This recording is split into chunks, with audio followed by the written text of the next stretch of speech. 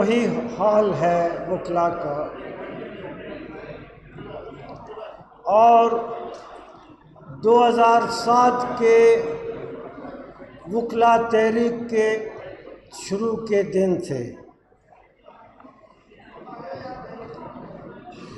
और वकला तहरीक के हवाले से पाकिस्तान भर के तमाम वकला साथी और कायदीन इस हाल में जमा थे और इसी हाल में इसी रोस्ट्रम पे इसी जगह पे वकला कायदीन जो कि सुप्रीम कोर्ट की चीफ जस्टिस पे जो शबखून मारा गया था उसके ख़िलाफ़ अपने जज्बात गुस्से का इज़हार कर रहे थे। जब मेरा नाम पुकारा गया और जब मैं रोस्ट्रम पर आया, चंद फिक्रे मैंने कहे थे और गालिबन इस हाल में मेरी सबसे पहली कोई अगर अधूरी तकरीर है वो वही तकरीर थी। जब मैंने चंद फिक्रे कहे थे तो वकला साथी यहाँ से आए, उन्होंने कहा कुर साहब आप यहाँ पे तकरीर कर रहे हैं, वहाँ तो शदीद किस्म की आंसू गैस टीयर गैस की शेलिंग है और बख्तरबंद गाड़ी हमारे इस हाई कोर्ट की इमारत में दाखिल हो गई। तो मैंने एक फिक्रा कहा था, वो फिक्रा ये था अगर जंग है तो इसका फैसला मैदान में हो।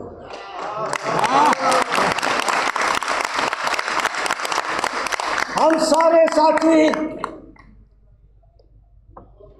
यहाँ से निकले, हॉल खाली किया, सामने बख्तरबंद गाड़ी मैंने अपनी ज़िंदगी में किसी भी कोर्ट प्रीमिसेस में पहली दफ़ा देखी और वो इसी लाहौर हाई कोर्ट के प्रीमिसेस में। और वो बख्तरबंद गाड़ी जो बीसियों और हंड्रेड्स के हवाले से, सैकड़ों के हवाले से मशीन गन से गोलियां चला सकती है, वो बख्तरबंद गाड़ी यहाँ और शदीद किस्म की जो है टीयर गैस शेलिंग्स। मुझे फ़ख्र है, बिल्कुल फ़ख्र है। और वो लोग, वो वकील यहाँ जिंदा होंगे उस बख्तरबंद गाड़ी का, उस टीयर गैस, शदीद टीयर गैस शेलिंग का हम जो वकला साथी मुकाबला कर रहे थे, उस वक्त उन वकीलों में सबसे आगे पहली सफ में आगे आपका ये साथी अली अहमद कोट था।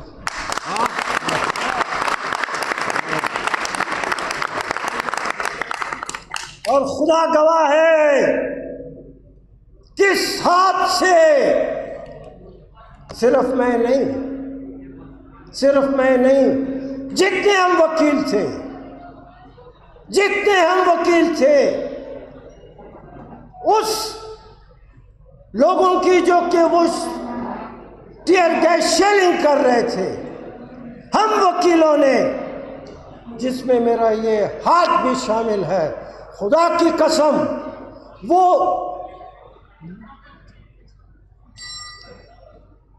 तपिश में तपती हुई टीयर गैस शेल उसको हम उठाकर फिर वापस पहनते थे।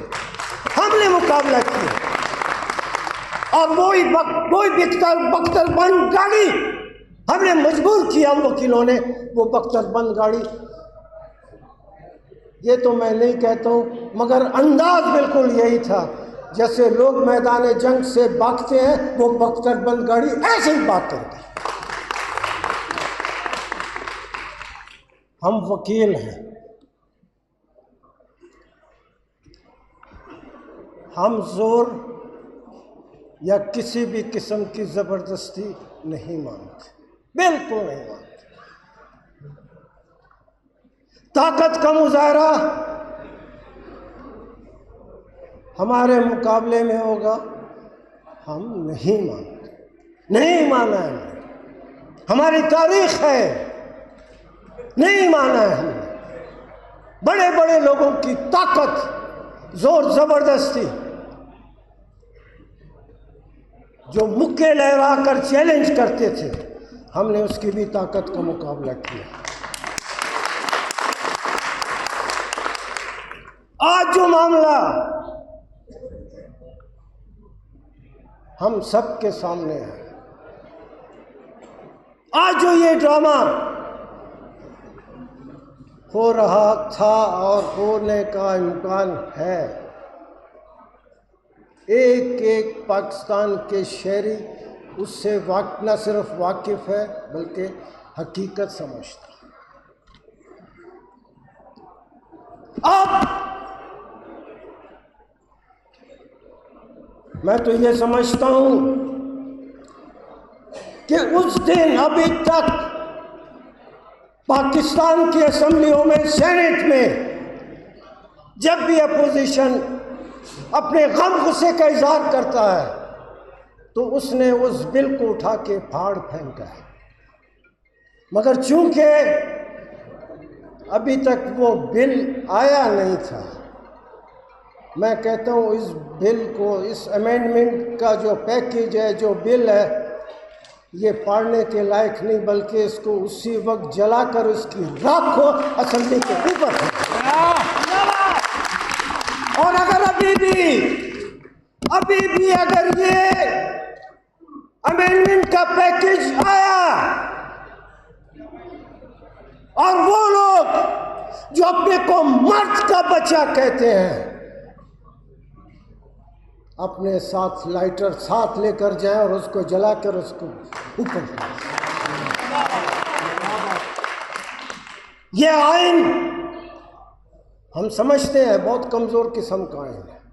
हम समझते हैं कि ये आइन अपनी ज़िंदगी और अपनी ताकत को जो है उसकी हिफाजत नहीं कर सकी है,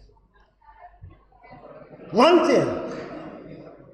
मगर इस आइन के लिए उस सुप्रीम कोर्ट में, उस सुप्रीम कोर्ट के ऑनर के लिए, इज्जत और रिस्पेक्ट के लिए, जिसमें आज जस्टिस मंसूर अली शाह बैठा है, उस सुप्रीम कोर्ट के लिए हम वकीलों ने कुर्बानियां दी हैं।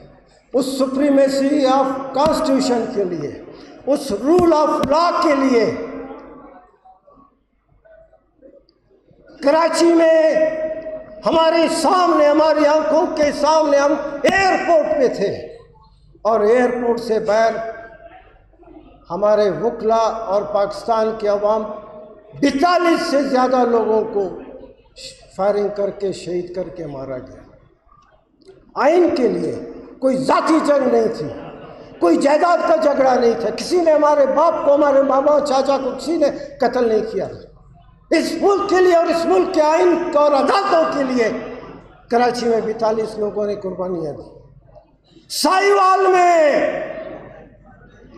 हमारे वकला के चेहरों पे तेजाब फेंका गया।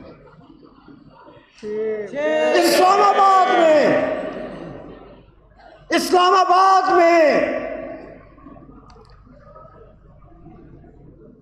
जब शाम के टाइम अजान की सूरत में खुदावंदे ताला अल्लाह अकबर का नाम लेकर अजानें हो रही थी, इस्लामाबाद में हमारे साथियों और अवाम में से 17 आदमियों को शहीद किया गया। और सबसे पहला वकला 2007 की वकला तहरीक का शहीद हमारे कोयटे का जमान नबी था, सबसे पहला। जो हम बुखला के साथियों के डिमॉन्स्ट्रेशन में, एहतजाज में, वो जो है टीयर गैस शेलिंग की वजह से जो है उसकी शहादत हुई। तो ये आइन जिसको इस वक्त पस पर्दा बैठे हुए ताकतें मरोड़ मरोड़ कर जो है इसको पाड़ कर फेंकना चाहते हैं। अगर ये पैकेज है, मुझे अफसोस होता है उन अराकीन असेंबली पे, उन अराकीन सेनेट पे, वो एक आदमी भी उसमें ऐसा नहीं था। मैं उन अराकीन की बात करता हूं जो दस्तखत, जो अंगूठा लगाने के लिए तैयार बैठे थे कि कब बिल आएगा और कब वो अंगूठा लगाएंगे। एक शख्स में इतनी गैरत नहीं थी, इतनी जुर्रत नहीं थी, इतना एहसास नहीं था कि कम से कम पूछ तो लेते कि हमको 2 दिन से तुम लोगों ने हमको यहाँ पे बिठाया है, 2 दिन से, और अभी रात के 12 बजने वाले हैं। हमें बताया तो जाए वो कौन सा बिल है, वो कौन सा अमेंडमेंट है।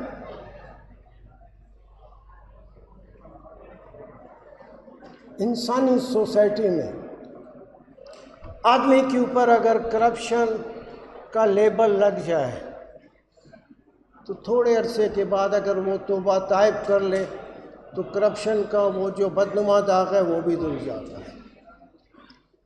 किसी शख्स ने किसी मैदान जंग में बुज़दिली दिखाई हो और गांव में और शहर में और मुल्क में लोग उसको बुज़दिल कहकर पुकारें, उसको भी मौका होता है वो फिर आने वाले दिनों में बहादुरी का मुजाहरा करके पहली वाली जो बुज़दिली है उसको ख़त्म कर सकते। और ऐसी बेशुमार चीज़ें हैं, छोटे बड़े इल्ज़ामात, जिसमें तौबा करने से और वक्त आने से वो उस बदनुमा दाग को ख़त्म कर सकते। मगर ये दाग, इस किस्म का दाग माशरे में किसी भी शख्स पर अगर ये दबा लग जाए, ये तासुर पैदा हो कि ये नाअहल और नालायक है, वो सारी जिंदगी क़यामत तक वो दबा उस शख्स का पीछा करती रहती।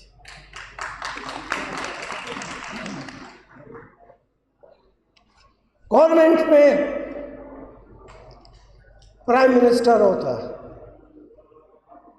उसके साथ उसकी कैबिनेट होती है और उस कैबिनेट का एक एक वजीर बहुत बड़ी हैसियत रखता है। और हमने ये भी देखा, बिल्कुल अपने सामने देखा कि लॉ मिनिस्टर ये कह रहा है कि मुझे अभी अमेंडमेंट का ड्राफ्ट पैकेज मिला है।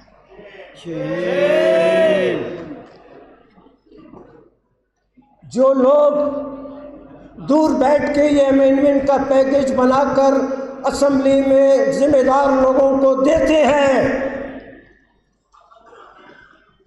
उनको मैं कहता हूं, जिधर तक हाथ तुमने बढ़ाया था अपना हाथ वापस ले जाओ। ये हाथ अगर आगे बढ़ाया गया, ये हाथ जो पीछे बैठ के सारे इस मुल्क में तमाम हालात और वाक़यात का उतार चढ़ाव करने की ताकत रखता है, जो बाहर बैठ के अमेंडमेंट पैकेज को असेंबली में मुहैया उसको भिजवा कर एक के हाथ में देते हैं, मत कर। सिर्फ ताकत तुम्हारे हाथ में नहीं, असल ताकत इस मुल्क के वुकला के हाथ में है। जिंदा है, जिंदा है, जिंदा है, जिंदा है, जिंदा है, जिंदा है, जिंदा है, जिंदा है, जिंदा है, जिंदा है, जिंदा है, जिंदा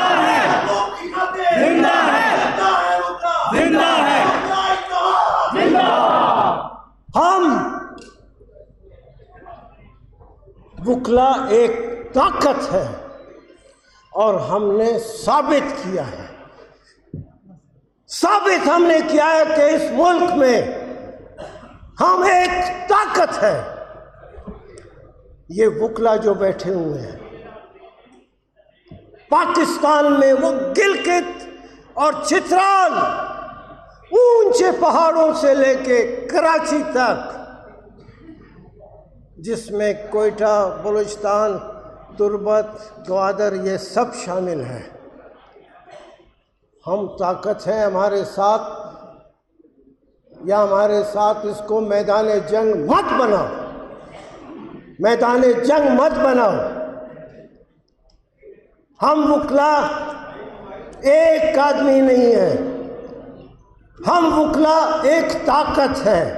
और जब ये ताकत का, ये जब वुकला का ताकत का सैलाब जब बाहर निकलेगा, इसको दुनिया की कोई ताकत नहीं रोक सकती।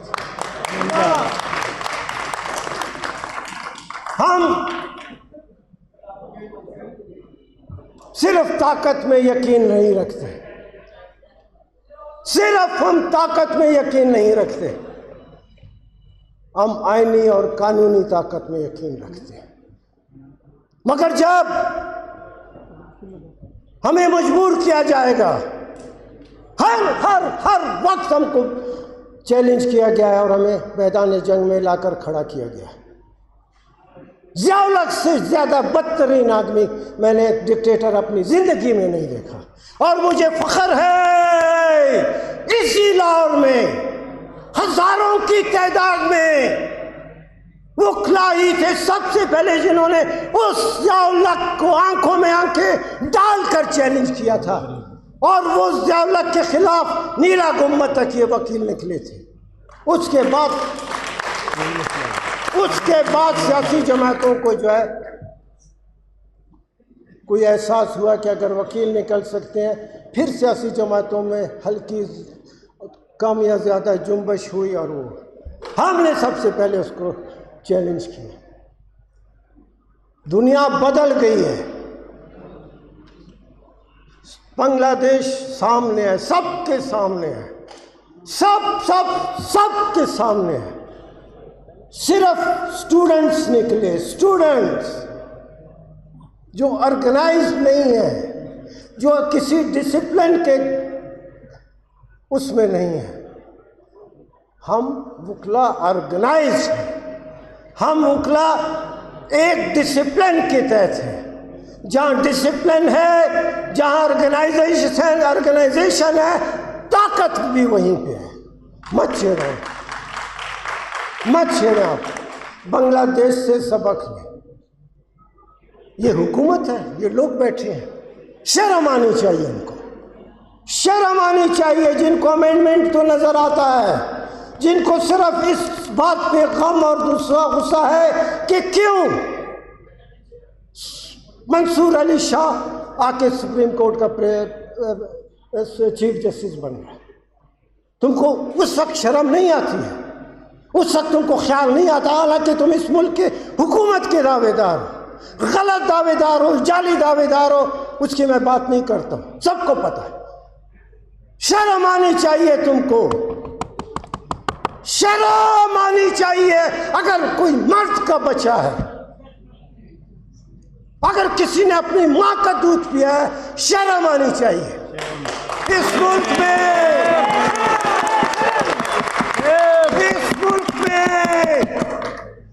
मुल्क में 18 करोड़ से ज्यादा लोग, 18 करोड़ से ज्यादा लोग गुर्बत नहीं, मैं गुर्बत नहीं कहता, गुर्बत तो फिर भी एक रिस्पेक्टेबल लफ्ज है।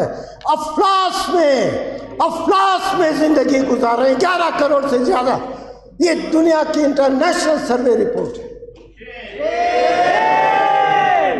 वहां जब लोग भूख से और अफलास से जब लोग मरते हैं, उस वक्त तुम्हारी गैरत नहीं जाग उठती, उस वक्त तुम्हें पता नहीं चलता। मैं सारी जिंदगी मैं उस पंजाब की खातून को नहीं बुला सकता खुदा की कसम नहीं बुला सकता और सारी जिंदगी नहीं बुलाऊंगा, जिसने महज गुर्बत की वजह से अपने छोटे 2 बच्चों को अपने बाजुओं में लेके नहर में कूद कर जो अपनी जान दी। कहाँ गई वो हुकूमतें? और उसी किस्म की गरीब लोग इस मुल्क में 11 करोड़ की तादाद है। रात की ताराकी जब सूरज डूबता है, जब रात नमूदार होती है, जब रात के नमूदार होने से तारीकी पैदती है, तो वो खुदा की रात की तारीकी गरीब और अफलास शुदा घर में बाद में पहुंचती है। पहले गुर्बत का अंधेरा उस घर में पहले से मौजूद होता है। शर्म आनी चाहिए था।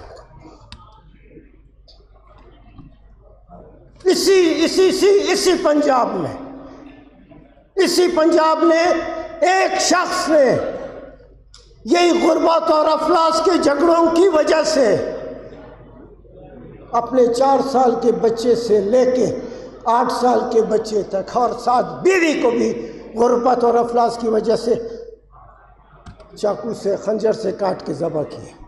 किसी का ज़मीर नहीं जागा, किसी के दिल में कोई दुख नहीं हुआ, किसी को ये एहसास नहीं हुआ कि ये लोग भी इस मुल्क में जो 11 करोड़ लोग हैं उनका सोचो।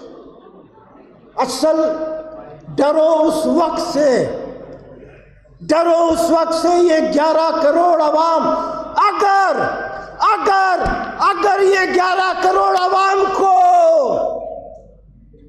कोई लीडर मिल गया तो दुनिया के सारे इनकलाब लोग भूल जाएंगे। पाकिस्तान का गरीबों का इनकलाब सबको याद रहेगा। हम तुम्हारे साथ हैं, हम तुम्हारे साथ हैं। ये मुल्क को मजाक बनाए हुए, अपनी बाप की जागीर बनाई हुई है। बाप की जागीर है ना। एक खानदान 50 साल से हमारे ऊपर हावी है, दूसरा खानदान भी 50 साल से हावी है, तो जागीर इससे ज्यादा और क्या होती है? क्या है जागीर और क्या है इससे ज्यादा?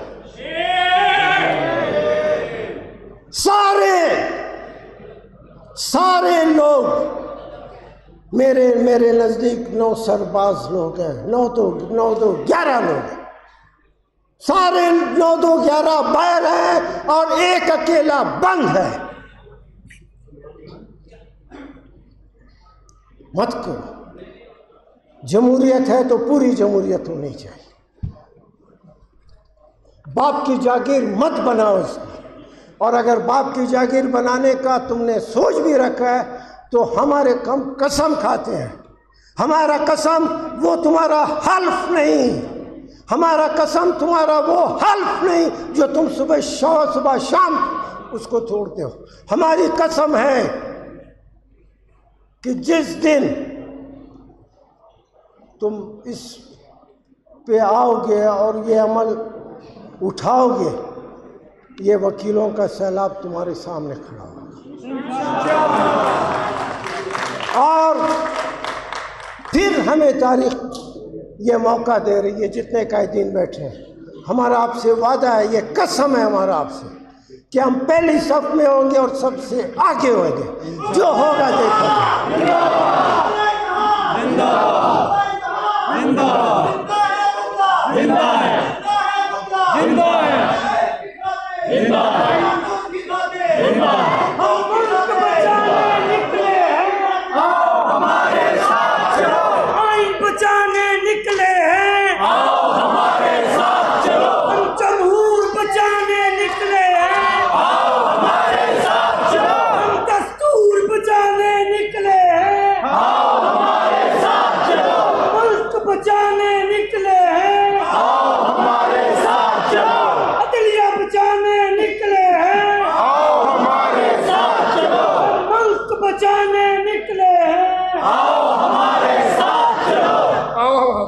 निकले हम बचाने निकले हैं। हमारे साथ चलो।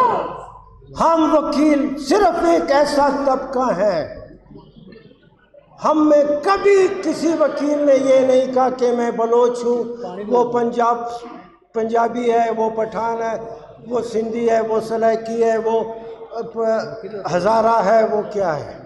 यही हमारी ताकत का सीक्रेट, हमारी ताकत का यही है।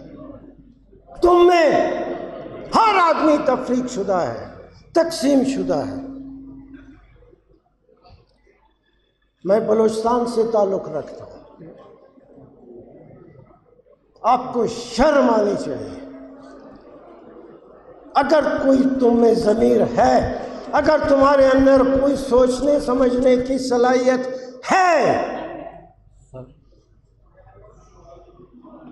2007 में मैंने एजेंसियों का सेल देखा है।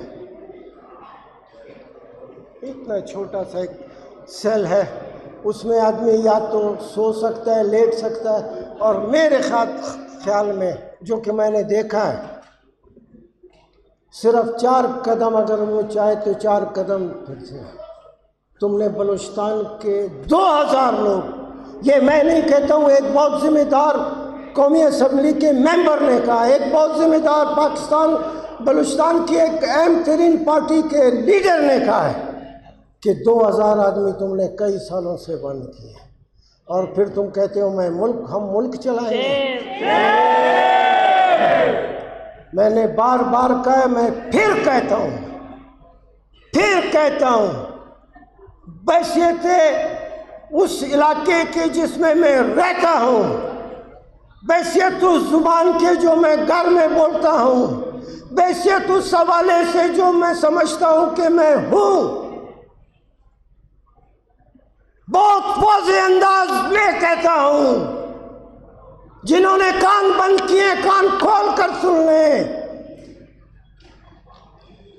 बलोच की नफ्सियात को सिर्फ और सिर्फ एक बलोच समझ सकता है। कोई माई का लाल 10 आप थिंक टैंक बिठा लें, 10 आप थिंक टैंक बिठा लें, और उनके एनालिसिस की बुनियाद पे, उनके असेसमेंट की बुनियाद पे तुम अगर बलूचिस्तान को चाहोगे कि तुम उसको कंट्रोल कर सकते हो, सारी क़यामत तक नहीं कर सकते हो। मैं बैसियत बलोच के कहता हूँ, और मैं समझता हूँ बलोच की नफ्सियात को सिर्फ बलोच समझ सकता है। ये मैं कह सकता हूँ, थिंक टैंक वाले जो माहिरीन हैं वो नहीं कह सकते कि एक बलोच किस अमल के मुकाबले में, किस एक्शन के मुकाबले में